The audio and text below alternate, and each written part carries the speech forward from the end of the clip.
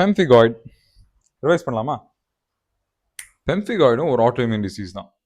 இது எபித்தீலியமையும் underlying connective டிஷ்யூவையும் சேர்த்து hold பண்ணி வச்சிருக்க பேஸ்மெண்ட் மெம்பரின் ஜோனை டிஸ்ட்ராய் பண்ணும். இந்த டிசீஸ் பாடியில் எந்த பார்ட் அஃபெக்ட் பண்ணுதுன்றதை பொறுத்து இந்த டிசீஸை நம்ம ரெண்டாக கிளாஸிஃபை பண்ணுறோம். இஃப் சப்போஸ் இது மியூக்கஸ் மெம்பரைனை ப்ரிடாமினண்ட்டாக அஃபெக்ட் பண்ணுச்சு அப்படின்னா இதோட பேர் மியூக்கஸ் மெம்பரைன் பெம்ஃபிகாய்டு.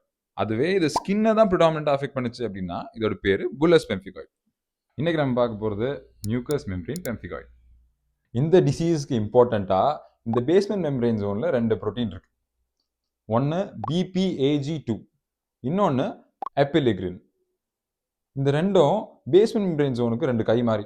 இது 2 யூஸ் பண்ணி தான் அது எபித்தீலியமையும் கனெக்டிவ் டிஷ்யூவையும் சேர்த்து பிடிச்சி வச்சுக்குது.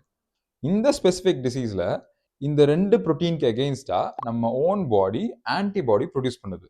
ஸ்பெசிஃபிக்காக பார்த்தோன்னா IgG4. ஸோ இந்த ஆட்டோ இம்யூன் ஆன்டிபாடிஸ் என்ன பண்ணும்? ப்ரோட்டீன்ஸை போட்டு தள்ளிடும். ப்ரோட்டீன்ஸ் டெஸ்ட்ராய் ஆச்சுன்னா அது ஃபார்ம் பண்ண போகிற பேஸ்மெண்ட் மெம்பரைன் ஜோனும் டெஸ்ட்ராய் ஆயிரும்.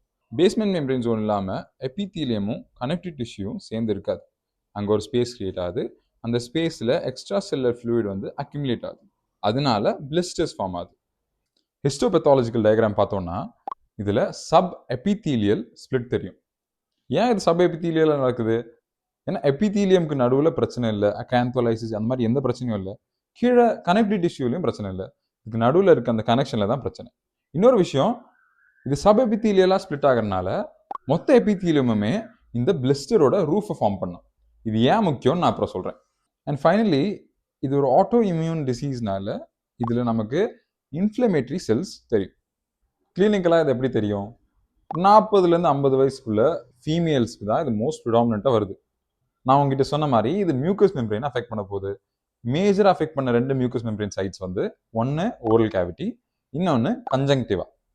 ஓரல் கேவிட்டியில் இது எப்படி தெரியும்? பிளிஸ்டர்ஸ் ஃபார்ம் ஆகும். எங்கே ஃபார்ம் ஆகும்? மோஸ்ட்லி ஜிஞ்சாவால ஃபார்ம் ஆகும். ஹிஸ்டோபேத்தில் நம்ம பார்த்த மாதிரி இந்த பிளிஸ்டர்ஸ்க்கு திக் ரூஃப் இருக்கும், அன்லைக் பெம்ஃபிகஸ். ஸோ இது ஈஸியால ரப்சர் ஆகாது. 24 to 48 ஹவர்ஸ் வரைக்கும் அந்த பிளிஸ்டர்ஸ் இன்டாக்டாக இருக்கும். அதுக்கப்புறம் ரப்சர் ஆகி எரோஷன்ஸ் ஃபார்ம் பண்ணி ஸ்காரிங் அண்ட் ஹீலிங் ஃபேஸுக்கு மூவ் ஆகும். ஸோ இதனால ஜிஞ்சாவால டீஸ்குவாமேட்டிவ் ஜிஞ்சாவைட்டிஸும் எரித்மாவும் ப்ராமினெண்ட்டாக தெரியும். வேற எங்கே எஃபெக்ட் பண்ணுன்னு சொன்னேன்? கன்ஜங்டைவா. ஸோ இனிஷியலாக கன்ஜங்டிவைட்டிஸில் ஆரம்பிச்சு இது ப்ரொக்ரெசிவ் இன்ஃப்ளமேஷன் அண்ட் ஸ்காரிங்னால ஃபைனலாக இது பிளைண்ட்னஸில் கூட கொண்டு போய் முடியலாம்.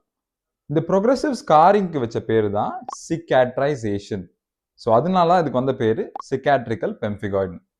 இது இம்யூனோஃப்ளோரசன்ஸில் எப்படி தெரியும்? ஒரு கண்டினியூஸ் லீனியர் லைனாக தெரியும். ஏன்னா இதில் பேஸ்மெண்ட் மெம்பரைன் ஜோன் மட்டும்தான் ஆன்டிபாடிஸால் அஃபெக்ட் ஆகுது. இந்த டிசீஸோட காம்ப்ளிகேஷன்ஸ் நம்ம ஏற்கனவே பார்த்த பிளைண்ட்னஸ். அப்புறம் இது ஏர்வே ட்ராக்ட் அஃபெக்ட் பண்ணுச்சுன்னா ஏர்வே நேரோவிங் இல்லைன்னா ஏர்வே ஸ்டினோசிஸ் நடக்கும். இது ஈசோஃபேகஸ் அஃபெக்ட் பண்ணுச்சுன்னா ஈசோஃபேகியல் ஸ்ட்ரிக்சர் நடக்கும். மேனேஜ்மெண்ட்டில் பிளிஸ்டர் ஃபார்மேஷனை சப்ரஸ் பண்ணணும், ஸ்காரிங்கை சப்ரஸ் பண்ணணும், அண்ட் ஹீலிங்கை ப்ரொமோட் பண்ணணும். அவ்வளோதான்.